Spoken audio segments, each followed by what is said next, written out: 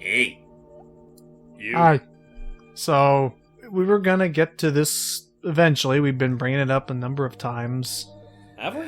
I don't remember us bringing it up too often, but at the same time, it actually is a pretty decent time for us to do a look at on, hey, Pikmin, for the Nintendo 3DS, for one solid reason. Apparently, Pikmin's still sort of relevant. Yeah, because at the time of us recording this, like, not exactly at the time, but roughly around that time, is when we got the... get back here.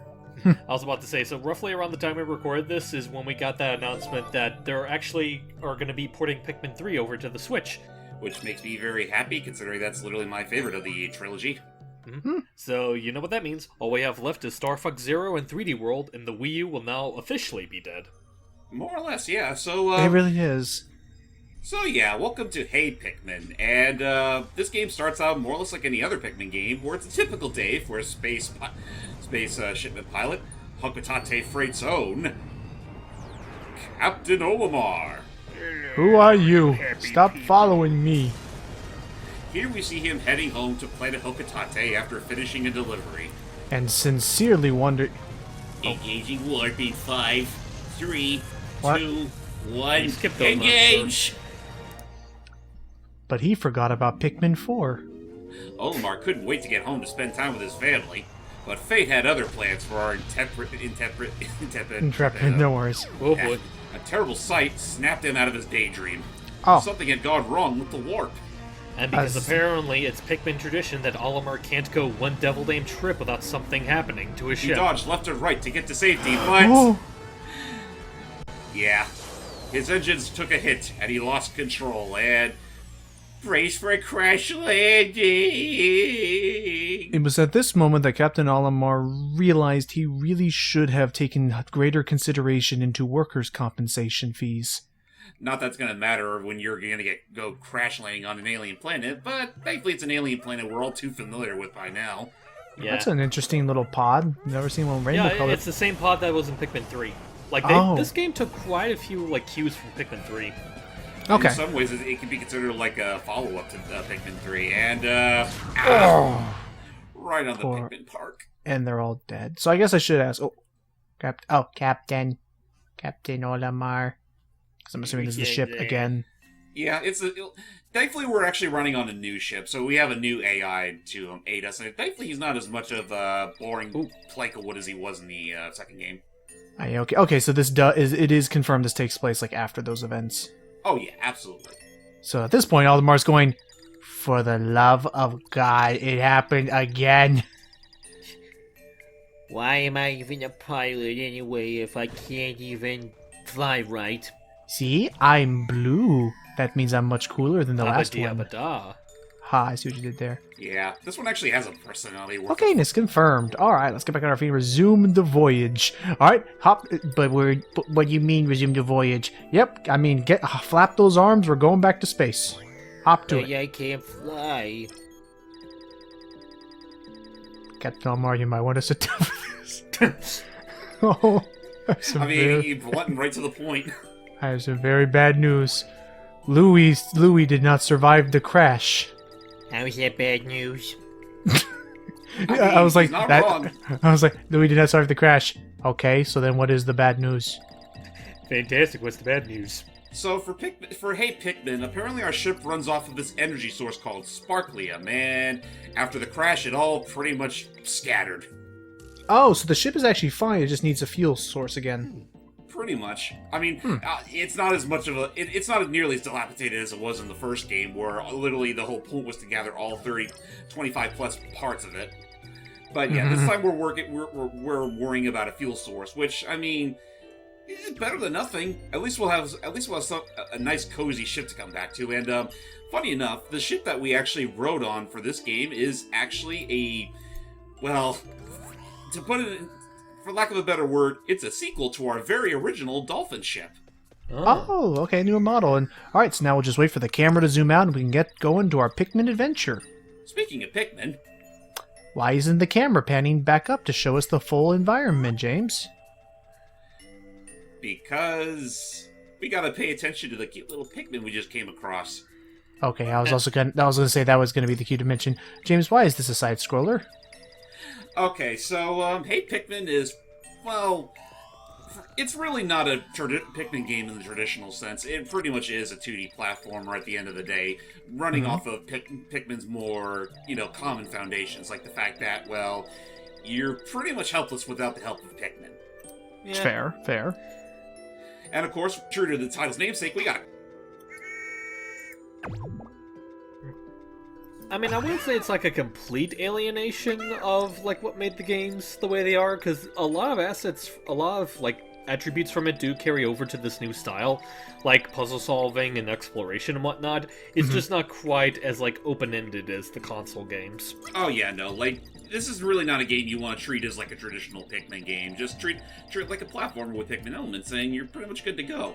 So, that being said, though, Hey Pikmin was, I know this game was released around 2017, I want to say, and was actually an offshoot developed by Arzest. They're the people that made that chibi Robo game that everyone hates. Actually, Wait, you mean Ziplash, or?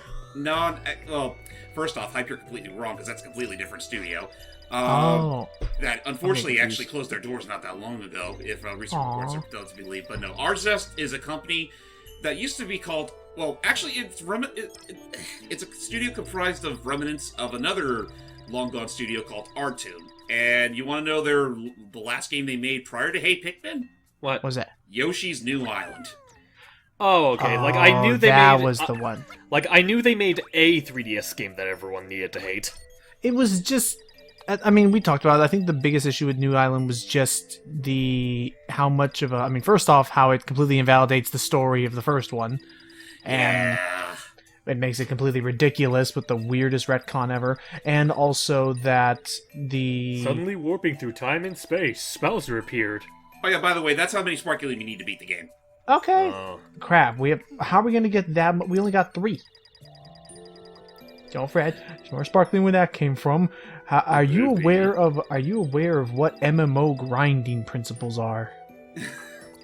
I mean, thankfully this game is nowhere near as guilty about that kind of stuff. In fact, I mean, to beat the game normally, you do still have to go through a certain string of levels, and then, well, hopefully by then you should hopefully have the 30,000 Sparklium you need to beat the game. I assume it's something where, like, similar to Pikmin 2, there'll be, like, super rare, like, maybe even from bosses, like, there'll be, like, Sparklium that, like, you'll throw one Pikmin at it, but that one Sparklium has, like, enough charge in it for, like, 1,000 Sparklium points or whatever. I don't think it, sort of. I don't think it ever gets that, it usually doesn't get that generous, but, there are certain collectibles that you can find that are worth plenty of Sparklium, and it does add up pretty quickly. Like, I mean, what's a Pikmin game without treasures worth picking up? Which thank goodness, because now, if they were really expecting me to throw 30,000 Pikmin at 30,000 of those little orb thingies, goodness me. Yeah, I would get May as well break out the kazoos now. Yeah. But thankfully it's nowhere near that egregious. I mean, at the end of the day, it is still very much a simple 2D platformer at its core with all the little knickknacks and doodads, but otherwise, yeah, just happy hunting. So, Hype, did you ever play this game? Because I did not own this game. I did not play this game. Frankly, I've never really played any of the Pikmin games. Not that I don't think they're good games or whatever, they're perfectly fine for what they were. I've just always been kind of indifferent to the franchise. Oh, Pikmin 3, please give us online co-op. I don't think they'll give us online co-op, which would be nice, considering the fact that, yes, with the Switch version of Pikmin 3, they're actually adding in some form of co-op, which was a heavily requested feature for the longest time. Well, actually, so many captains, right?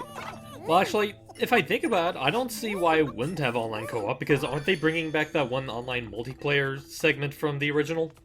The bingo battle stuff? Yeah, I believe so. Oh, all right then. Enemies.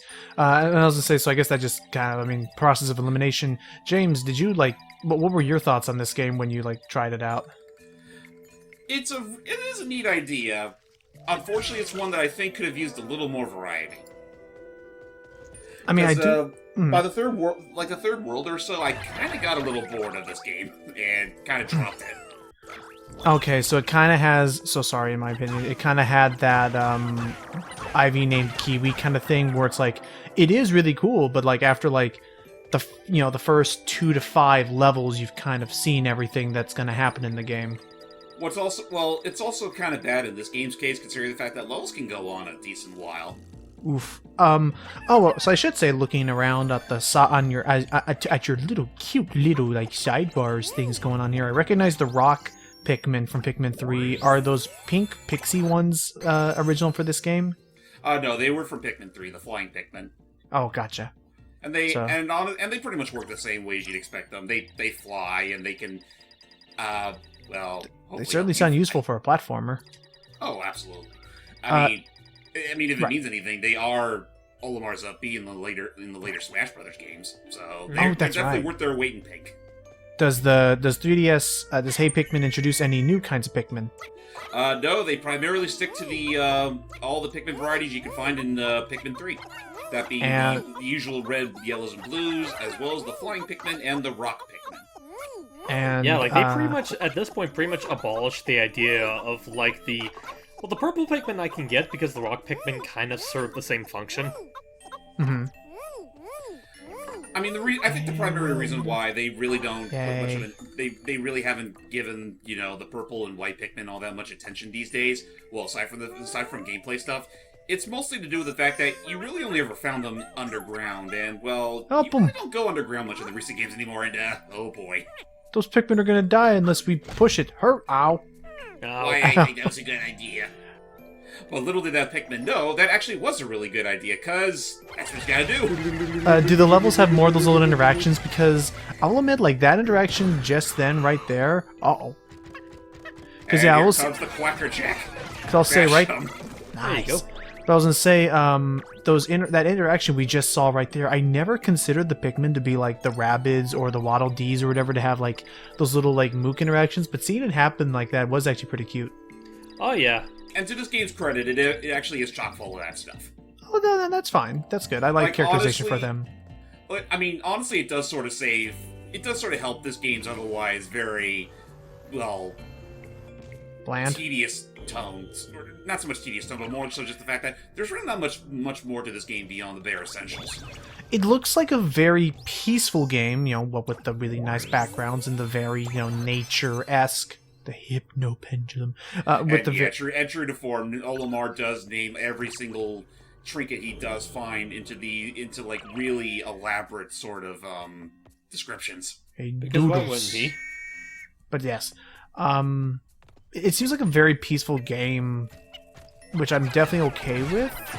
But in terms of like how to put it, like this is definitely not the kind of game I could see myself like marathoning because of how sleepy this music is making. Says the guy that's perfectly fine with Epic Yarn soundtrack. It's okay. Ooh, look!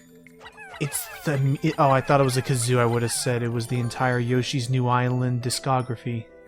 I think it is a kazoo. Well, it's a harmonica. That's a harmonica, which I have known a couple people who could play a mean harmonica. Oh, and the big sparklium. It's tremendous. You want to see? So, thank you. Does the other than that, I guess now just trying to get into some little technicals and stuff since the video is almost going to be over in a little while. Does the game make any does the game remember that there's supposed to be a significance to whether or not their pod has a leaf, bud, or flower on top? For this game, not really. Like I think they only sprout out their little leaf, bud, flower, their stems. They only really do that like the more Pikmin you actually recruit. Gotcha. And but I imagine later when we start seeing blue and yellow Pikmin, they remember like their other attributes, like how blue ones are underwater. Like yellow Pikmin are lighter, and they're invulnerable to electricity. And of course, blue Pikmin, well, they're waterproof. I also like that, looking at it right now, it looks like combat is simplified a bit in that, like, you can guarantee that you're going to stun an enemy and keep them stunned during combat just because of how limited your mobility is. Yeah, it really does help in a pinch. Alright. And it's especially considering the fact that this game is primarily touchscreen controlled, which is definitely not something I could say for a lot of 3DS games. Well, they made the most of it, and hooray! I also think it's because it was around this time where Nintendo really started to dial back on the whole 3D of the 3DS. Yeah, well, yeah. Oh, that's right. Yeah, the 2DS was already a thing by then. I think I believe so. Yeah. it was a gimmick. It worked. It worked when it really needed to. Like, how to put it? Like, I should say, like, I didn't mind it in things like 3D Land, I'm where sorry, it. real quick. Go Like, ahead. whenever I see little Pikmin there just cheering, I always look out for the ones that are just dancing around really freaking fast. Yeah, like the ones like. So yeah, I was gonna say, like, when the 3D was in games, like when it was designed outright for it, like 3D Land, like I thought it always worked pretty nicely, but like in other games where it was just an enhancement just to, oh, in this cutscene you can push the background back a little bit, then I'm like, okay, now it's a gimmick. Like, yeah, and like 3D Land really made advantage of like how you needed 3D to see where the illusion was and stuff. Honestly, I feel like 3D Land is really one of the only games that really capitalized on that. Whereas, yeah, I mean, even as early as like the game, like Pilot Wings Resort, which was a launch title for the system, I remember the 3D being completely broken. Oh. Like it really it hurt my eyes something fierce because it looked so disillusioned. Oh right. Oh, we have a hub camp. Oh yeah, so the Pikmin Park. Basically, if this was a mobile game, this would be one of those little things where like you can have the Pikmin do these little things on the side to earn you additional currency or whatever. In this game's case, the Sparklium. Oh. Okay. But you can be able to farm your own Sparkium for a nominal fee of $4.97. He actually goes really hard at guilt tripping, like, boy, I sure would like to see my wife again for a nominal fee of $47.95. Real talk, if this game actually did get like a mobile port of a sort, I could totally see them adding in that pepper berry based thingy from Pikmin 3 as like basically its own little thing you have to buy with real life money, so that way you can power up the Pikmin and then make them work faster. Jeez, I forgot about, man, they actually would. They that totally sounds like the kind of thing like, oh well, they'll have this task done in 4 hours, but for 99 cents they can have it done in 5 minutes, which is hell, try 5 seconds. So, but now that I think about it, like, wow, like, I'm sorry, backing this up, throwing shade at Namco. Why the hell did you make a cookie clicker clone out of Katamari Damacy? What are you, crazy? But for Nintendo, like, I could absolutely see a Pikmin cookie clicker kind of thing, where like you need to keep tapping to spawn more Pikmin to help move the bigger blockades and stuff. I could honestly see that, yeah.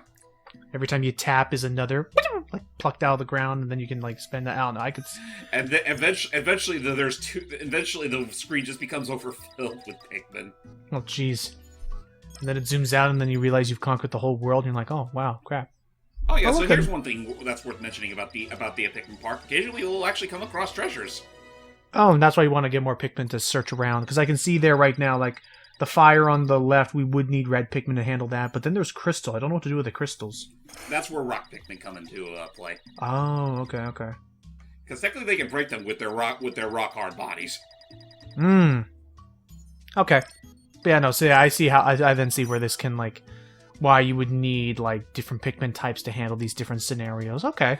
Also, part of me does kind of like every once in a while, like, it doesn't have, like, there you go. Oh no, one Pikmin just... He pratfalls. Ah! I don't know, it's just stuff like that gets to me. Well, it's just cute. It's like, it's why, like, spoilers, like, it's, well, not spoilers, it's why, like, real talk, like, I always thought it was kind of silly in Simpsons whenever Maggie was just walking on the floor and then just, boom, and then just would get right back up as normal and just keep going about like nothing happening. Don't mind us, folks.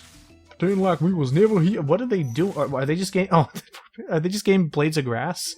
Yeah, they have to expect every little blade of grass. Maybe, for all we know, one of them could be hiding a treasure. Trust me, I don't get the science behind that either, but then again, what sort of science is there with the Pikmin? I wonder how long this whole game is.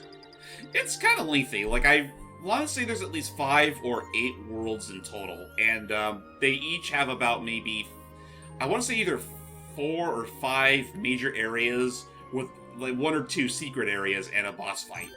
Guess that makes sense to try and get there. Yeah, I guess that makes sense. Alrighty. There's plenty to do with this game. I just wish there was a little more variety within that, amount. Also, like traditional Pikmin stuff. Like you also have a little Picopedia or whatever it's called. Basically, it's where Olimar goes into his inner archaeological mind and just starts detailing every little bit of whatever he discovers. It's cute.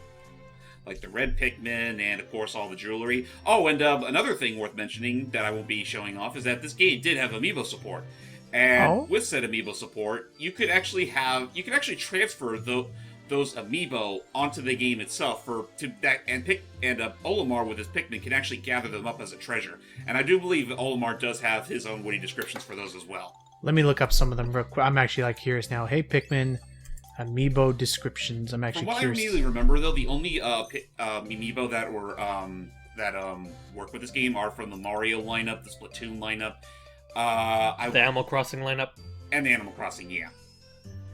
So apparently, they even do count like the alternative versions of the Inkling kids. Apparently, one of them is I was minding my own business when the SS Dolphin 2 butted in and said, "Hey, you've been through 2 crashes now. That makes you a veteran. Think of the stories you'll get to tell your children." Oh, and then I think as James just put, like one of them is for Mario because of his overalls. Olimar calls him the Dungareed Colossus. the what? Dungarees, but he's wearing them, so he's a Dungareed Colossus. Like he's wearing, it's culture. Moving on. He says, "I have a gut feeling that I share a special bond with the man depicted here. It must be the nose." It could be the nose, it could be the hair, or it could be the fact that they both Olimar's name is pretty much just Mario, but with an L. Oh my god, you're right. But yeah, I do find that fun. I like those little like in-universe stuff and all that.